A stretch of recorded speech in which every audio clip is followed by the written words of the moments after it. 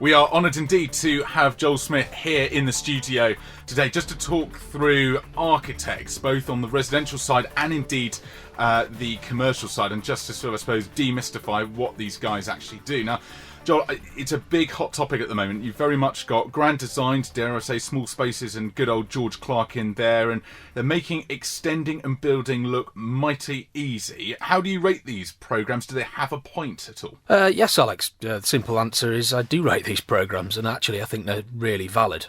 One, they're enjoyable and informative, but two, I think they help elevate the role of the designer and how we can affect the spaces that we live in. I think the consideration for any extension, for instance, should always be, how can I improve the space that I dwell in?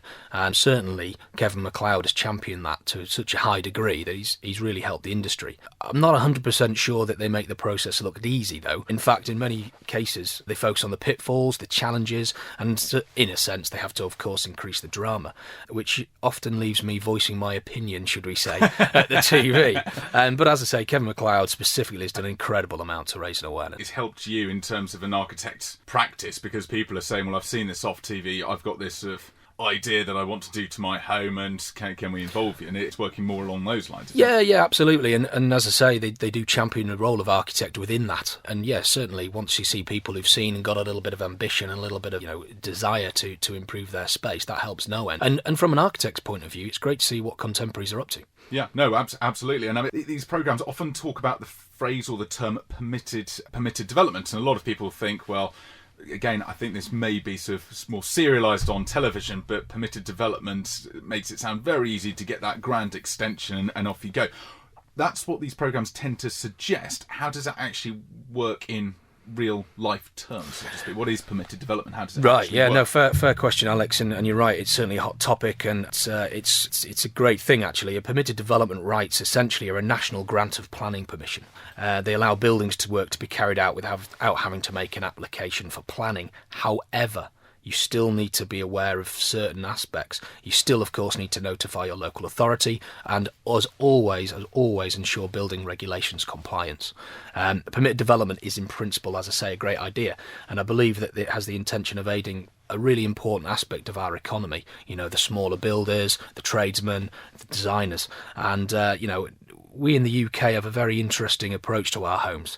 I find this really interesting. We have the smallest space standards in Europe, yet our homes are our castle. It turns out they're not the biggest by comparison, but I don't want to say. But yeah, as I say, you still need to contact the local authority and make them aware of your intentions. Permitted development rights are quite prescriptive, so I would urge anybody considering permitted development or any extension to look at the planning portal, speak with your local authority if you need to.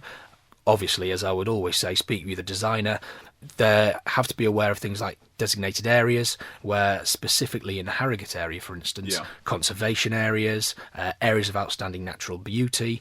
In some instances, if you've extended before, you may need to, speak to your local authority before.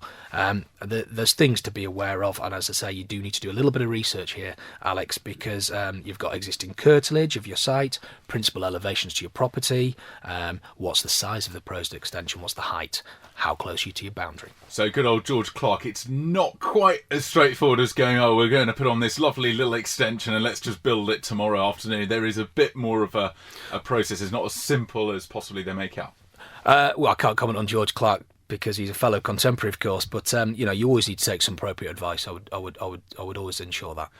Okay, and in terms of, I suppose, the larger extensions, just going, I suppose, beyond the permitted development, and again, this is from the private individual's perspective. What do you actually need to be mindful of when you want to take such a project? I'm thinking sort of the time frames and what's actually involved in the planning process there. Yeah, fair enough, and I can appreciate in a lot of instances for people looking to extend, it can come across as provisionally quite daunting. And actually, there's a few things to consider before you even take pen to paper, as it were. I'd personally always refer people to the RIBA website. They do a great bit of work for the profession in the background and the forefront, in fact. They do many useful sections, progressive design areas, but also help you find the architect who can start the ball rolling with you. From a personal point of view, there's a good local subgroup in this area called the North Yorkshire Society of Architects. Again, they work to promote good design and architects and the role we can play. But but enough of the professional pitch. Back to your question. The first consideration should surely be, what are we extending for? What are my needs? Yeah. In the practice, we would call this determining the brief. What does the design need to reflect in terms of your requirement as the owner and the client? In terms of timeframes, there's actually many factors to take into account, and the REBA again have a great useful guide called the Plan of Work, which identifies key stages to be mindful of. So I refer back to identification of need. What do we want to gain out of our project? Preliminary design. How as we start to get things on paper, how does it look? Does it reflect what we've got in our minds? Are we getting it on paper? And of course, we need to amend that design to reflect those needs, and ultimately finalise these proposals. Of course, then you have to go for your planning permission, and planning consent, can take between 8 and 12 weeks, but bear in mind it can take longer. When and why would it take longer? Because of the size or complexity of the job, or if the council fall behind? Well, all of those factors come into it. Yeah, but also, is there a challenge with the design? Is there some, is there additional legislation you need to be aware of? So again, dialogue at that point is important, and you have to be slightly open-minded to that. I think, from my point of view, time to discharge any pre-commencement conditions. When you've got that piece of paper from the planners, hopefully it's the piece of paper you want. And it says granted. Yeah. But of course, there's often pre-commencement conditions there, which again just looks to protect you ultimately, but also ensure that it fits with the planning permission granted. Okay. So that can take a little bit of time, but then of course you need to cost the project, obtain suitable quotes, and time to actually construct the extension. And I think also just in the background now, not necessarily a time frame question, but how are you going to have that built and who's going to build it for you? I'd always suggest requesting referrals. Referrals are a great bit of use. Yeah, sort of recommended builders. Recommended, yeah. I mean, British people like to refer. If someone's not referring somebody, what's the reason behind that? We all like a referral, and so yeah.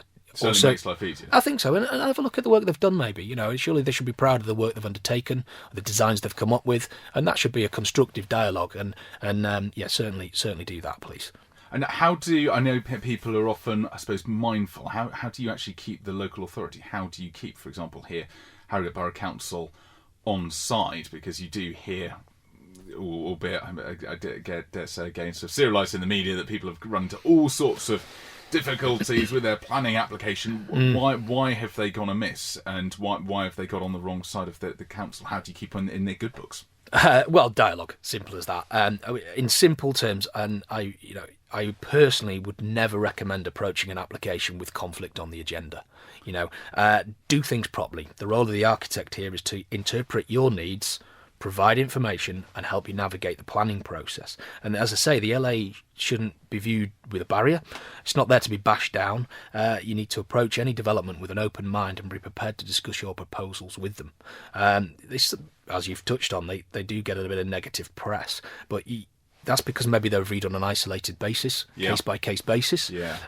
Their position, in fairness, is to protect the areas in which we live. So the areas that will exist much longer than we will, and really they're part of a wider policy to make sure that amenity space and positive design and construction, reflects where we live. So if their rules and you're ticking their boxes, away you go, you're not going to have an issue. It's if you want to do something, I say, that's sort of pushing the boundaries or possibly being slightly controversial, that's when, as you said, in an isolated case, it may not be looked upon possibly favourably. Yeah, it's a difficult one to answer that, Alex, because the local authority is there to champion good design as well. The positive design from their point of view.